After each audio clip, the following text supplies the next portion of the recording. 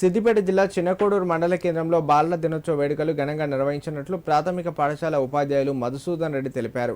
ఈ సందర్భంగా చిన్నారుల నృత్యాలు అందరినీ ఆకట్టుకున్నాయన్నారు. ప్రతి సంవత్సరం ఘనంగా బాలల దినోత్సవ వేడుకలు నిర్వహిస్తున్నట్లు తెలిపారు.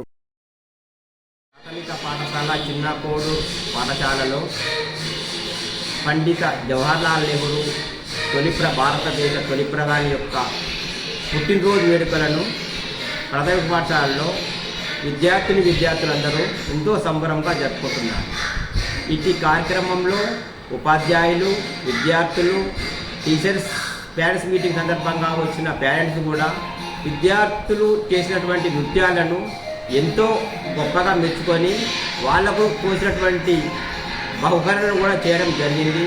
ఇటు కార్యక్రమానికి సహకరించినటువంటి మా తోటి ఉపాధ్యాయులకు, విద్యా వాలంటీర్లకు మనస్ఫూర్తిగా ధన్యవాదాలు తెలియజేస్తున్నాను.